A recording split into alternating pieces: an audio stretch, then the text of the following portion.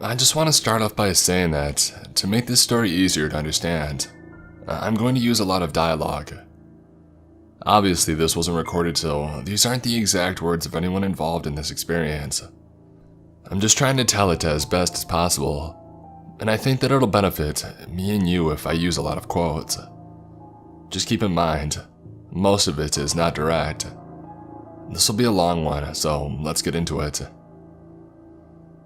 This happened in 2015, when I was 16 and still living in my hometown. A forgotten little beach town in the middle of nowhere that's so remote, it's probably not even known by surrounding areas. Basically, there's 3 things you can do there as a teenager. Go to the movies, swim, or go to this pathetic little place called Miller's Fun Park. It's relatively similar to a lot of fun park type things, only a whole lot worse. There's a crappy arcade with broken skee-ball machines, batting cages that probably haven't been used since the early 80s, a pathetic mini golf course, and the most dangerous go-karts you've probably ever seen in your life. Seriously. Miller's Fun Park is on the edge of a field. On the opposite side of the field, about 3 miles down, is the beach, and across the single street are woods. If our town is in the middle of nowhere, Miller's is practically on the moon. Anyway, getting into the story. My cousin Emma and I decided one summer night that we wanted to go go-karting. It was around 10 p.m. so we knew it would be almost deserted, but that was the way that we liked it. I picked her up from my house and we made the long drive down. Once we had arrived and parked in the nearly empty lot, we hopped out of the car and paid for some go-karting tickets. The same people had worked there forever, I swear to God. There was no one there except for a few boys in the arcade, and a guy who looked to be in his 60s sitting on a beach near the batting cages. Emma and I paid him no mind, and went to the go-kart track. Like I said, these karts were incredibly dangerous, so I was focused on nothing but making sure I wasn't going to skid and flip as we raced way too fast around the windy track. This is why I didn't notice the guy walking over to the fence, and why I didn't notice him watching us until we pulled into the lanes after our last lap. He was standing on the other side of the fence, right where I parked. He stared at me with the most unsettling expression, a creepy smile playing on his cracked lips as his dark eyes gleamed. I managed an uneasy smile back, handed another ticket to the guy running the go-kart, who was obviously higher than a kite, and Emma and I went off again. This time I couldn't focus. This dude gave me the worst type of feeling. My eyes were constantly finding their way to the metal fence where he stood, unmoving and watching us every time we were in his view. And the thing that was bothering me the most was that we only had bought 3 tickets. We were on our second to last run and he was standing directly next to the exit gate. I was just praying that he would move before we were done. But of course, no such luck. Our last go came and went, and I had no choice but to pull in next to him, unbuckle my seatbelt, and get out of my go-kart. I glanced over at Emma a few feet away as I opened the exit gate to see if she was as scared as I was, but she didn't seem to notice as she bounced over and bragged about how she had beat me the last 2 times. I was barely listening. I opened the gate and the guy stepped in front of me just as I was leaving. "Hey there," he said. His voice was dry and he smelled of cigarettes. "What are you cute girls doing all alone here?" My eyes darted over to Emma, who was looking at the dude with both confusion and annoyance. What?" she said, pushing past the gate so she stood beside me. "It's so late."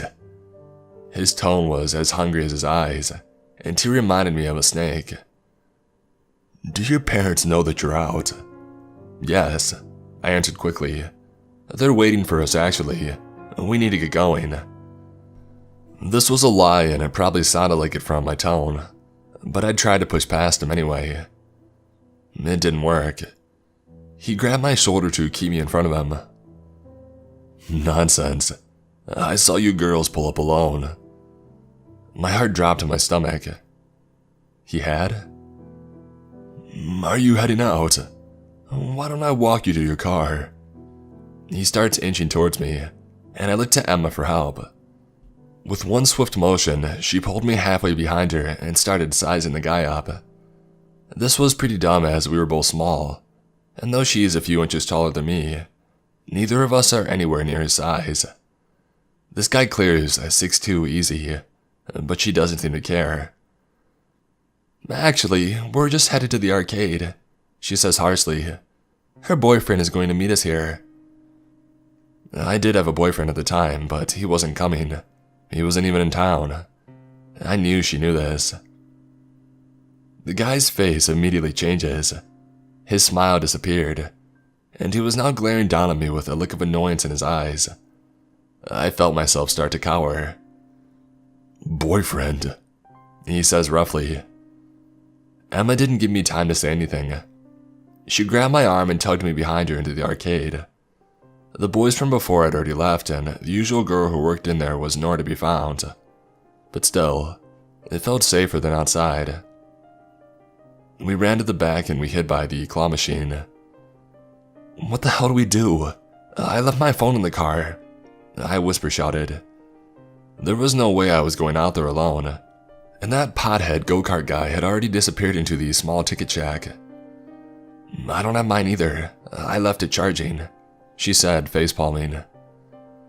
"We're just gonna have to make a run for it." "Are you crazy? He's probably waiting for us in the parking lot." "What about the guy who runs the go-karts? We could get him to walk us out," she said. I just shook my head. "He's high as Mount Everest right now. I don't want to risk running all the way to the ticket stand for nothing." "Then we have no choice." She stood up, pulling me with her. "Let's go." I swallowed hard, wanting to cry. I'd never been that scared before. There was something so wrong about that guy. We made our way out of the arcade, looking around to see if he's nearby. The park was now absolutely deserted. Emma practically had to drag me to the exit. I was looking every direction every second, waiting for a guy to come out of the woods or something and pounce on us at any second. But he didn't. Everything was still. "Get your keys out," Emma instructed, and I pulled them from my pocket. We were about 20 feet from my car when I stopped dead in my tracks. "What?" she whispered. I stared at the car, keys in hand. I never locked it. "I never locked the car, Emma." "What?" "I didn't lock it. What if?" I trailed off, but she knew what I was saying. She started inching towards the car, and I grabbed her arm to stop her, but she pulled away. "I'm just gonna peek. If I say run, you run." Her voice is quiet. I nodded shakily. She eventually made it close enough to see inside, but by the way she was squinting, I knew it was too dark to make anything out. My heart was beating out of my chest. What if he's in there? What if he jumps out, or what if we get in and he asphyxiates me like in the movies? All these thoughts almost drown out the unmistakable sound of shoes slamming against the pavement. My head whipped around instantly, and there he was, sprinting at us at full speed out of the woods. I screamed bloody murder, and I broke for the car. Jiggling the handle as I realized that I had locked it. Emma was already on the other side, screaming at me to unlock it. I fumbled with the keys but managed not to drop them as I unlocked the door, flung it open, and practically threw myself inside. I just managed to close the door when he was there, slamming his fist against the window and shouting incoherently. I was sobbing at this point, and I barely managed to lock the doors as he goes for the handle and yanks on it as hard as he can. Emma was screaming at me to go, and through my tears I shoved the key into the ignition and I flew into reverse. He was still chasing us and yelling as I veered backwards out of the lot and turned as fast as I could while slamming on the gas. I was driving like I was still in a go-kart, but I didn't care. I could barely see the road through the flood of tears, and Emma had to grab the wheel several times to keep us from crashing before I regained some composure. Though obviously shaken up, she had managed to keep her tears in and be the sane one out of the two of us, as we drove at least 30 miles over the speed limit the whole way back to my house. We didn't tell either of our parents about this, and looking back, I wish we had because there was something seriously wrong with this guy. But we were too scared of what they might say or do. I think we thought that they would blame us somehow. So, it stayed a secret between us. Something even we didn't talk about until months after the horrifying encounter. It's safe to say, we never went back to Miller's Fun Park after that.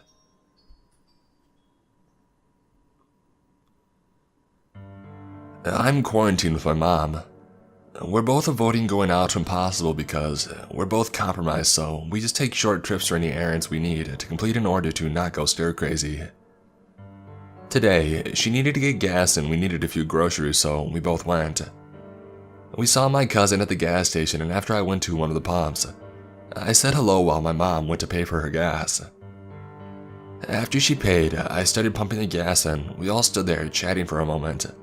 When my cousin returned to the car, a man came out of the gas station.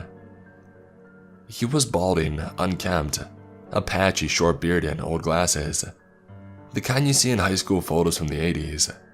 He was wearing a sort of tropical shirt with a notepad and pen in the pocket, and dirty khakis and a tan jacket. He stopped at my cousin's car and talked to her. She's kind of small, so I stood there watching until she got in her car safely and I had heard it start. My mom and I were pumping the last bit of gas into the car. Both of us didn't need to do it, but we were both just glad to be outside for a moment.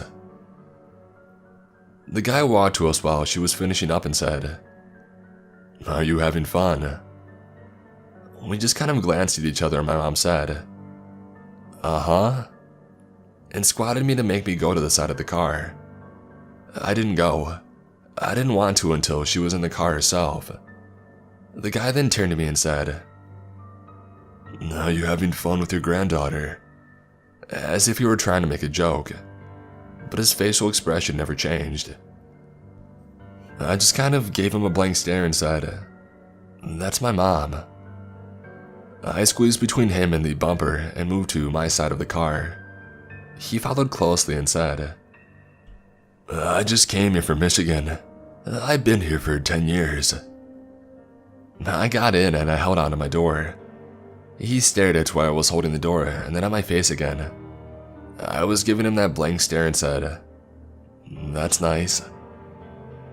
My dog stuck his nose out and began barking at this guy. He's a 15-pound Yorkie and usually sweet, but sounded like an angry guard dog while he was barking this time. "Is the dog having fun?" the guy asked. I held onto the door tighter and said, "I guess so. Have a nice day." I closed the door quickly, locked it, and my mom drove off. My cousin drove after us. She had been watching the entire time, waiting for either us or the guy to leave. My mom and I both remarked that the guy was creepy, and we thought that he might try to jump in the car. I'm glad that I went with her today. This happened around 10 years ago in the south of the UK. For reference, I'm a 28-year-old male, and at the time, I was working part-time at a fuel station. It was on an A road which linked into a small village to a ring road into the nearby city. The village itself was quiet, high-end, and extremely expensive to live in. It was the sort of place that only had one chain store, and it was a Waitrose. Everything else was either boutiques or privately owned gourmet groceries. So, as someone who has always enjoyed cars, it was always fun to see what kind of high-end luxury sports cars would adorn the forecourt on any given day. This is where I met Michael. Michael was in his late 40s, dark hair, well-dressed, always wore a gaunt or Ralph Lauren, or on his workdays tailored Canali suits and so on. He was an all-around nice guy, exceptionally polite, which was actually a rarity as most of the residents of the surrounding areas seemed to despise anyone who didn't qualify for the additional tax bracket. We got chatting about his collection of vehicles or the watches that he wore. He would always show up wearing some kind of Rolex and driving his Aston Martin, Range Rover, or Porsche, so there was always a lot to talk about. I got to know that he worked in finance, and the conversation got onto what I was planning to do with my life, also to work in finance. and we would always have these pleasant conversations until I left that part-time job in favor of taking up an apprenticeship role at my uncle's brokerage. Michael is important, and we'll get to why shortly. Something to be known about my uncle is that he's a man with a lot of fingers and a lot of pies, literally. As well as his brokerage and property portfolio, he also owned a few takeaways for cash flow purposes. I think we all know what that means. And as such, I would occasionally step in as a delivery driver when a driver would let him down. Luckily, my uncle also lived in the previously mentioned village, and the main pizza place he owned catered to the residents of said village. So, tips were usually quite decent, and my uncle would usually throw me a few quid for helping out. Fast forward to the summer of 2018, and I had been roped into dropping off a few pies at a property on an extremely prestigious road. Average house price well above 1.4 million, and I'm intrigued to actually get close enough to see what these houses actually look like, as they're all gated and set far back from the road behind a shroud of trees and shrubs. So, I find the place and I buzz the intercom, when a voice comes back sort of muffled just saying, "Yes?" So I answer with the names of the takeaway, and the gates slowly open, and I make my way up the driveway to a very large mock Georgian home, complete with detached 4-car garage, and that's when I see Michael's number plates. He had his initials for his cars with the numbers 1, 2, and 3, and it was the same for his wife. I was interested to see up close the sort of life this guy had, if I'm completely honest, especially as a young aspiring financier. I exited my car, brought out the pizzas, and the double doors opened, and that's when I saw an unfamiliar face looking back at me. It was a man, early 20s maybe, thin and shaved head. I can remember he was wearing no shirt and some scruffy jeans and trainers. He was also holding something behind his back.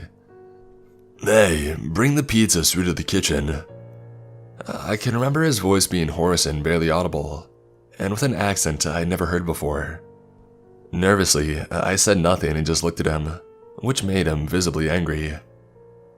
"Bring the pizza through," he repeated, more aggressive this time, and I finally responded. "Where's Michael?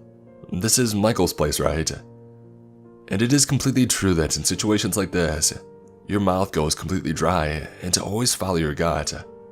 This guy was setting off alarm bells and telling every fiber of my being to just get off the property. Unfortunately, this is when it dawned upon me that it's a gated property and I was locked in. This is when things went from bad to worse. I can remember the terror swelling up inside of me when he moved his hand in front of him to show me a large kitchen knife, and he uttered the words, "Run." I dropped the pizza onto the gravel, left my car, and decided that I would have a better chance of survival by running down the driveway and lifting myself over the gates. They were the wooden type, which had no decorative spears atop them, luckily. But all the while, I could hear his feet crunching onto the gravel behind me. I didn't look back, and I managed to pull myself up and over the gates, and hurling myself onto the pavement below me. The adrenaline in my system still had me running for what seemed like hours, but was perhaps 10 minutes at most, until I was a good few streets away and I decided to call the police. The police met me at the park that I was hiding at. One officer stayed with me, and the other proceeded to the property along with another patrol car. At first, I got the distinct impression that they didn't believe me, or thought that I was up to something, but after my uncle arrived to pick me up and vouch for me being sent there to deliver pizza, the PC in question backed down. Upon their arrival at the property, they found nothing, just my car with slashed tires and broken windows, alongside feces being smeared across part of the kitchen. There was food strewn about the place and also a needle found in one of the bathrooms, but no sign of the man who threatened me.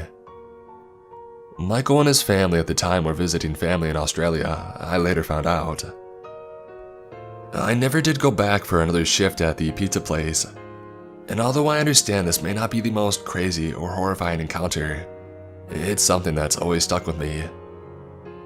Wealth and apparent financial security is just complete illusory. People are people, and there are some sick and tormented people out there who will always find a way to carry out their twisted actions. If anything, I've had more encounters with crazy people since moving away from my council estate roots and into suburbia. When I was 18, I was living in a small town. I was friends with the ratty skaters around and helped connect with this dude who sold weed. He was 29 at the time, I think, and he gave me pretty good deals and he lived nearby. I wasn't driving at the time, so this was convenient for me. His name was Max. Max always struck me as a weird dude, but I honestly quite liked his weirdness. Not in a romantic way or anything, but I like weird people. We had normal weed buying interactions that never lasted more than 10 minutes. Buy some weed, maybe smoke a bowl, and that's it. He would often tell me that he would drop it off at my house, but I never let him because, as I said before, he was weird. I wasn't afraid of him, but was definitely aware that he and his offers to deliver were weird. One day in May 2018, I was invited to a bonfire by some ratty skaters that introduced me to this guy. I had no idea that he had been there, nor was it important to me at all. I brought the guy that I was dating at the time. I said hey to everyone, including Max. We stayed for a couple of hours and some of them played some music on their guitars. Nearing the time that I was leaving the bonfire around 11 p.m., Max was getting upset about something and he threw his guitar in the bonfire. I didn't know what he was so angry or upset about, and I paid no mind to it. This happened as I was leaving with the guy that I was dating.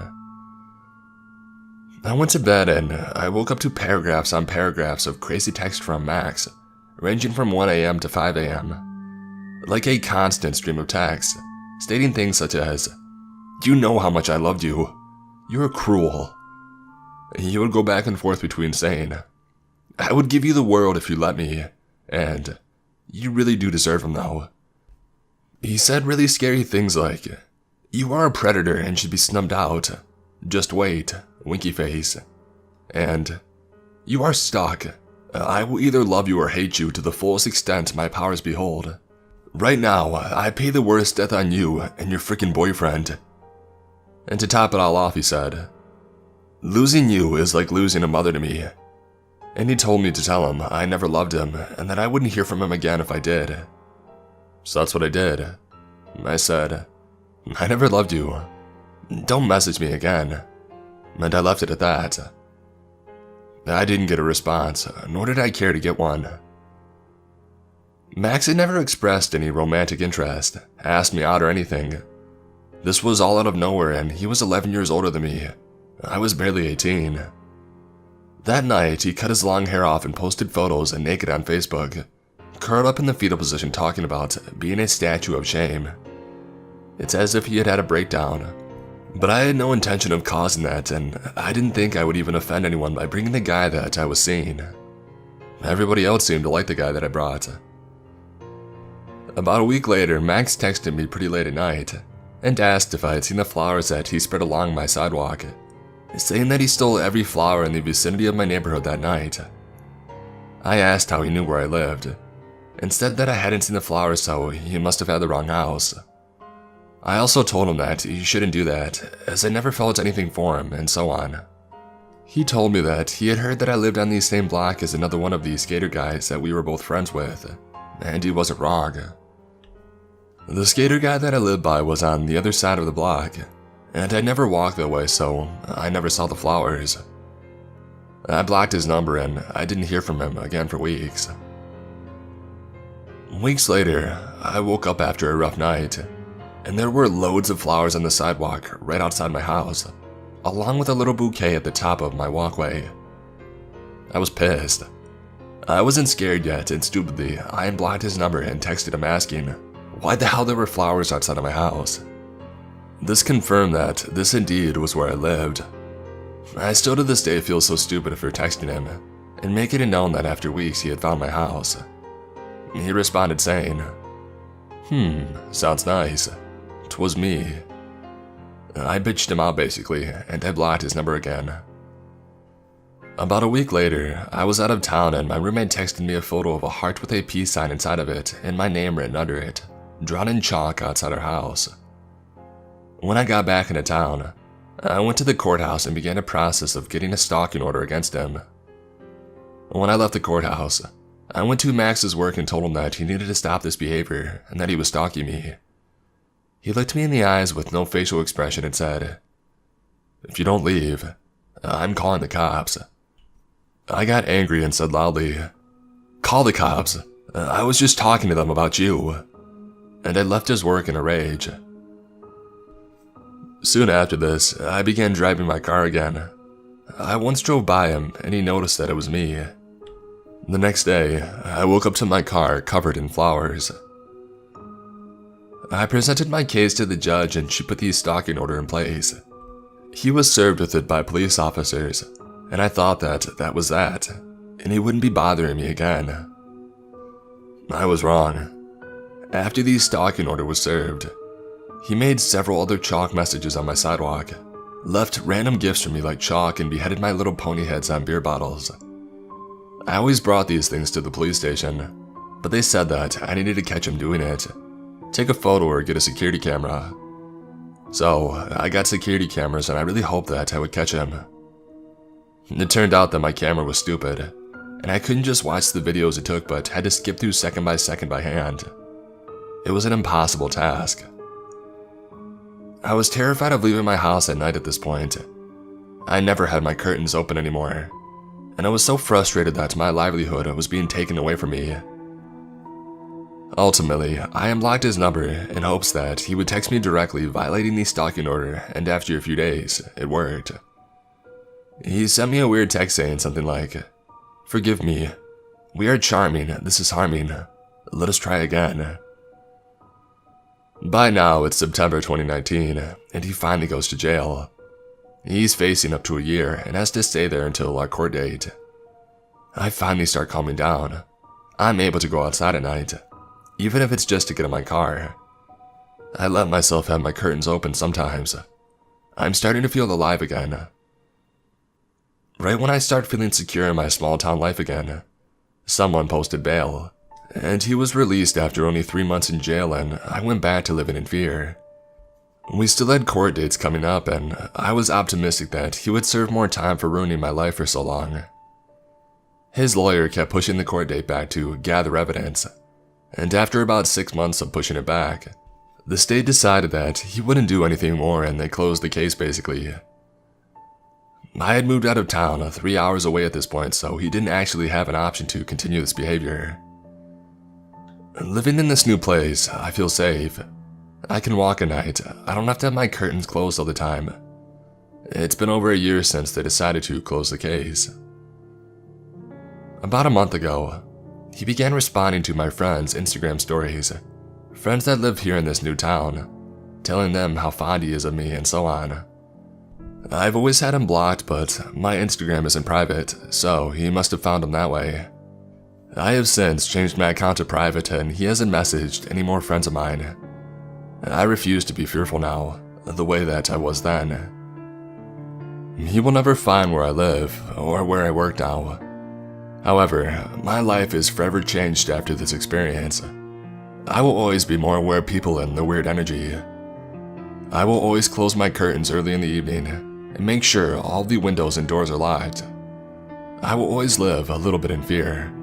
Maybe not of him, but of it happening again. He ruined my life for a year, and I really wish that he would have had to serve that time in jail. He deserves it.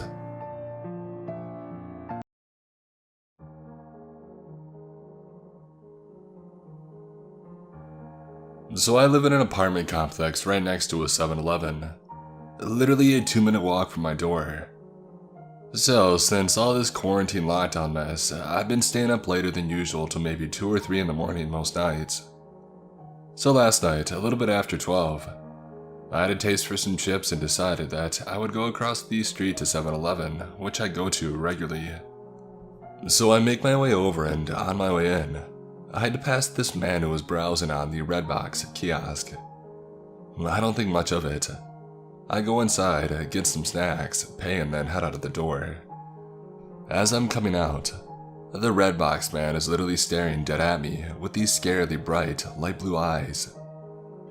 But not wanting to freak myself out even more, I say to myself, maybe he's zoned out or in deep thought.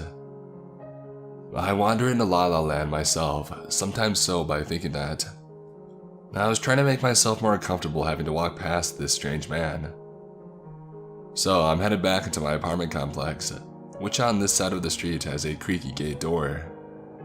I realized that as I was walking, I never heard it slam behind me like I always had before. I look back and the man is right behind me. Not close up on me, but still, definitely following. Once again, trying to ease my mind, I'm thinking that he must be going home.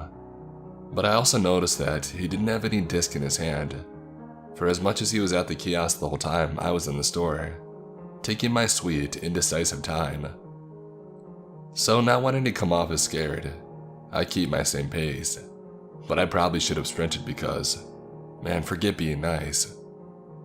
Anyways, I'm literally just a few steps away from my door, which is upstairs, and the man randomly calls out to me, "Hey, do you have a lighter?"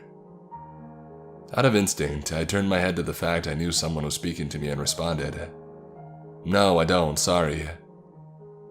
I didn't want to go up my stairs because I didn't want to let this man know exactly which apartment that I lived in. So I was planning on walking around until I lost him. But he asked me another question. "Could I use your bathroom?" I tell him, "No, sorry, my roommates probably wouldn't be comfortable with me letting someone in this late. I don't have roommates, but I dang sure didn't want this man getting any ideas thinking that I was by myself." I keep walking, but this man was still following me. I simply ask, "Do you live around here?" And he tells me, "I have a buddy that does and he was supposed to meet me across the way there, but maybe he fell asleep or something." I've never been here before, but I do know his door is at number 201. Could you help me find it? 201 is my door, plus if you had a friend that lives over here, why are you asking to use my bathroom? I knew this man was lying and up to something. I quickly came up with 201. That should be right past the pool right next to the laundry area. My friends are waiting for me, so I should get going. My gut told me to head to my car though, because what if he watched where I was going and decided to give me a surprise later on? No, I watch too many movies and read too many scary stories uploaded on here. So I started heading towards the parking lot. Not running, but definitely walking quicker than before, when I realized the man is chasing me at this point. I hurry up and pull my keys out of my pocket, and get in my car and immediately lock the doors. The man starts pounding on my driver's side window telling me to open the door. I can't help but focus on those creepy blue eyes, but I also notice that he was reaching for his pocket. I start up my car before I can see what he was going to pull out. I heard a pop, but I didn't give a crap at that moment, as long as I could get the heck out of his presence. I drove maybe 5 minutes down the street to this Arco gas station and called the police. Waiting on the police to arrive, I noticed what the popping sound was. This wacko had popped my back tire with probably a switchblade. Of course, when the police arrived and went to check the area, the random guy was gone. They did question the 7-Eleven clerk, and he let them know that the man had been up there a few times since last week, and never has been a problem but is obviously homeless. I'm still shook up about what went on last night, and I'm going to chill on the late night trips to 7-Eleven for a little bit. To the messed up Redbox man, let's not meet again. But if we do, I have a taser for you on its way from Amazon. Try me.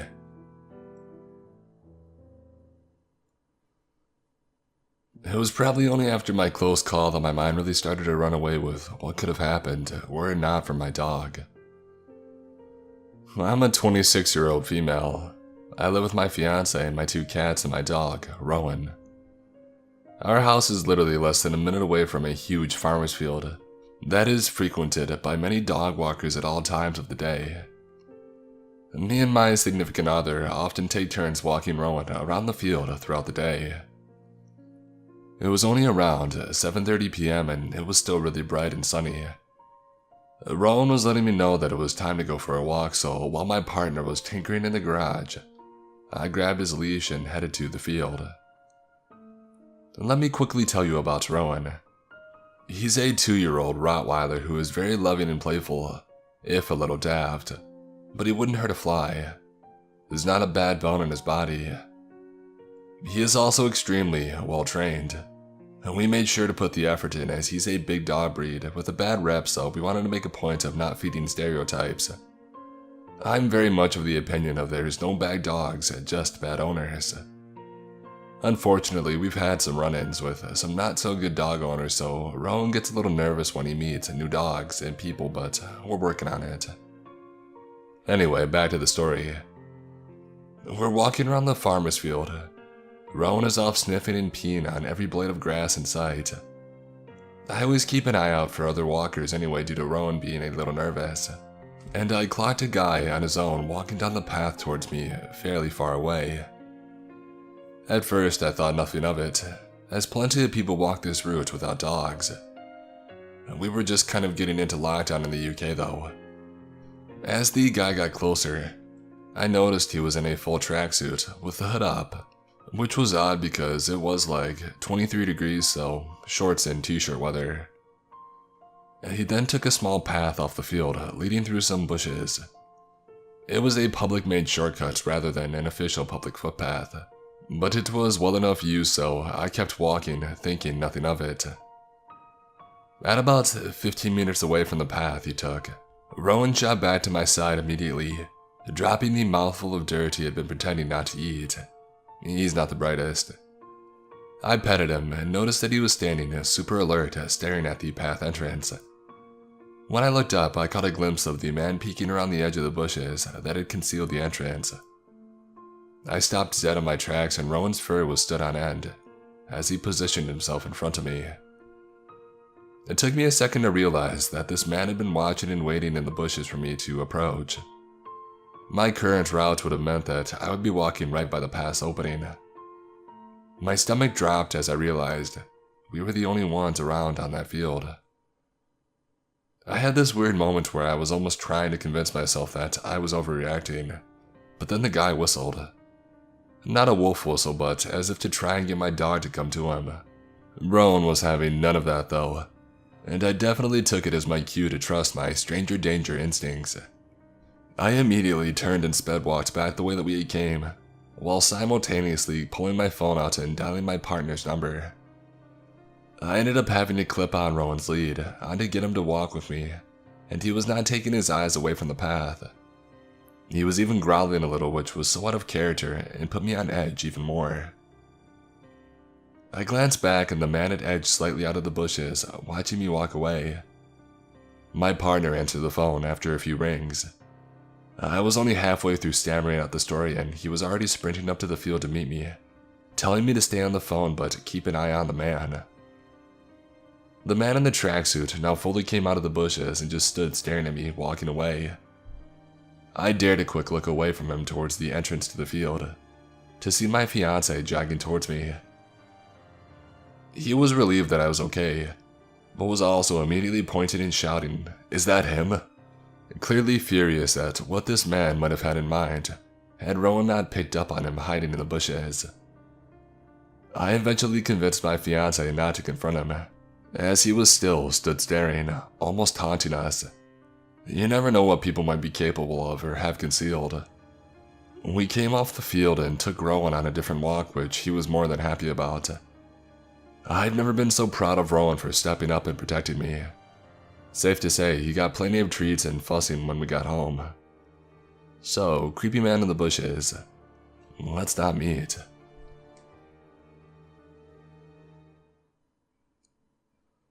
I've had a stalker for over 2 years. I'm a 27-year-old female, and have worked with people with disabilities since I was 19. I was born with a rare genetic condition, and have been using my experience as a radical disability activist and advocate to help other people with disabilities in my community.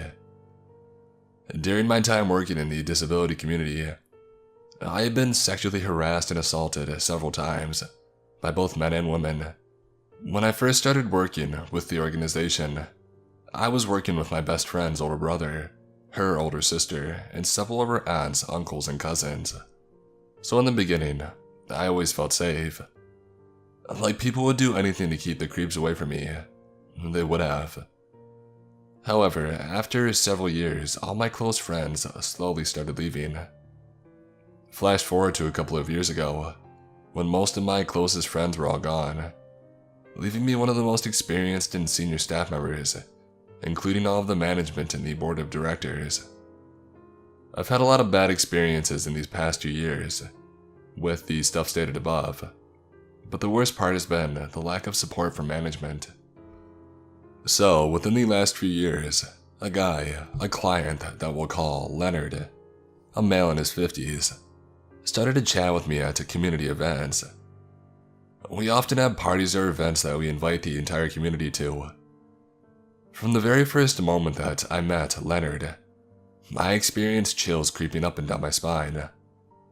Something about the way that he looked at me has always made me super uncomfortable, to the point that I'll do literally anything to get away from him, including helping folks in the bathroom.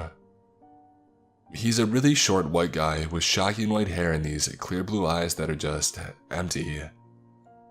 He's always really smiley and soft-spoken. He started off innocent enough. He would corner me at parties and talk until I found a reason to slip away. But at some point, he managed to get my personal cell phone number from a coworker, I still don't know who, and started calling me late at night and leaving long, rambling messages. I never answered the phone, and after a while, he stopped. He would still periodically call me though, despite me asking him politely in person to stop. He started cornering me in the office too, when no one was around, so I had a difficult time getting away from him. Every time that he cornered me, he would grab my arm or shoulder so I couldn't leave. More recently, like during the lockdown, he started calling the office and leaving messages on my work phone after hours. He wasn't even someone that I personally worked with. I asked my coworker who did work with him to please ask him to stop, and which she did. She spoke to him several times, but he would only ever stop for a week or two, and he always made a point to come and apologize directly to me, which almost always made me more uncomfortable. It started to get really bad about 3 weeks before I started working from home. He would forget his appointments, which were purposefully set on the one day in the week when I wasn't working in the office. He would come in the next day when he knew that I was working, and then he figured out when I got off, and would come in to meet with my coworker right before I got off work and to wait around until my shift ended. He started giving me little gifts, which I always refused. Every time he would get really offended, so then he started writing me poetry. Instead of just handing it to me, he would grab me and read over my shoulder and point out what every single line meant. I always tried to get other coworkers to help me, but no one saw anything as weird or bad or unsafe, despite the warning bells going off in my head. And then one day he cornered me and said he wanted to take me to the train station, because I usually walked. I asked him if he meant he wanted to walk me the 2 blocks. He shook his head and said, "No, I want to take you in my car so I can keep a better eye on you." It gave me instant chills. I told him no, but he kept insisting that it would happen before he finally left. I'm a tiny petite person, so the idea that he was following me long enough to know exactly which train station that I went to, and the line that I got on. There are several different lines going in several different directions, and even the direction that I was going really freaked me out. Enough to double up on the defensive measures I normally keep on me, including pepper spray and a taser. I told everyone. I told supervisors, HR, the associate director, everyone that I could think of. I had meetings with my direct supervisors where I explained everything that happened and why he was giving me the creeps. But they all just brushed me off, and one manager in particular said I was being too dramatic. He was just a sweet older man, doing nothing to harm anyone. Until the next time he came around. I told a couple of my coworkers, J and P, a 28-year-old male and a 26-year-old male, and they both agreed that one of them would always walk me out from now on. On cue, Leonard waited around until after I got off. But J and P, who said they had looked out for me, were both super busy. So the associate director said he would walk me out, still not believing that it was a big deal. We started walking and chatting like old friends, and the whole time, Leonard followed us.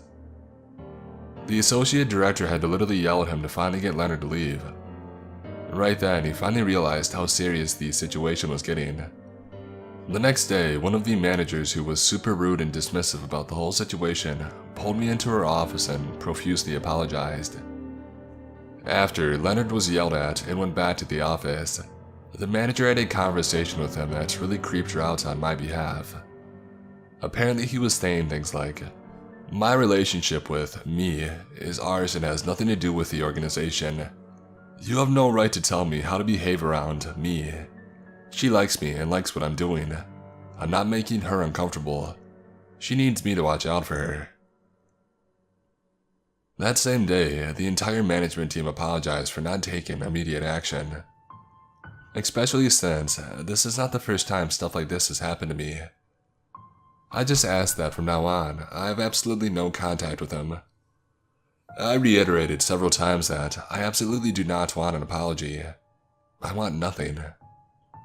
Since then, I've learned that Leonard has harassed and assaulted an old coworker who had to file a restraining order against him. This was told to me by the manager who originally dismissed my claims. She had dealt with the other situation, yet nothing was told to any of the other staff about this behavior. And not only that, she berated me in front of other staff for speaking out about my experience, saying that it wasn't that big of a deal, even though she knew he had done it before. If I never have to see that guy again, I will be eternally grateful. The situation was never fully resolved before lockdown. I'm very thankful I've been able to work from home, but I'm not sure how to proceed after restrictions are lifted, and I have to start going back out again. I was thinking about filing a restraining order. My husband and family really want me to, but I pretty much figured out that no one will take me seriously. This happened about 2 weeks ago.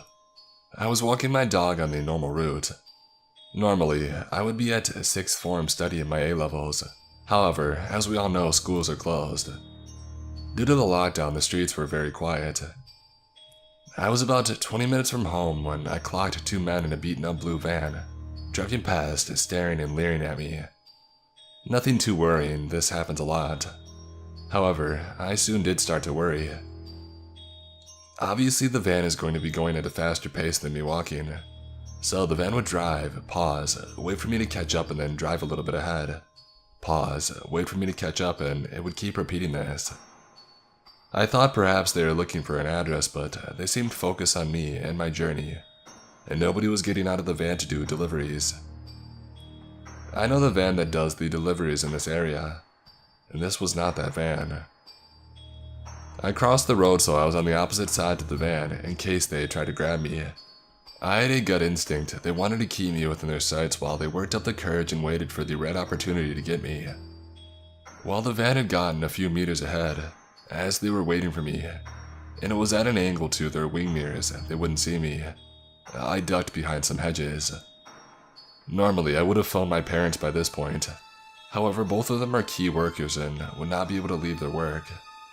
This left me at a vulnerable position, as I didn't want these 2 men knowing where I lived, where I was home alone. So I resisted the urge to sprint the last 5 minutes home. Me and my dog hid in the bushes for a while. The van drove past a few times and the men were peering out, but they didn't see me. I went home after I felt like they were gone, and thankfully they had. I checked the number plate when I got home, and I believe it was a fake as there were no matches.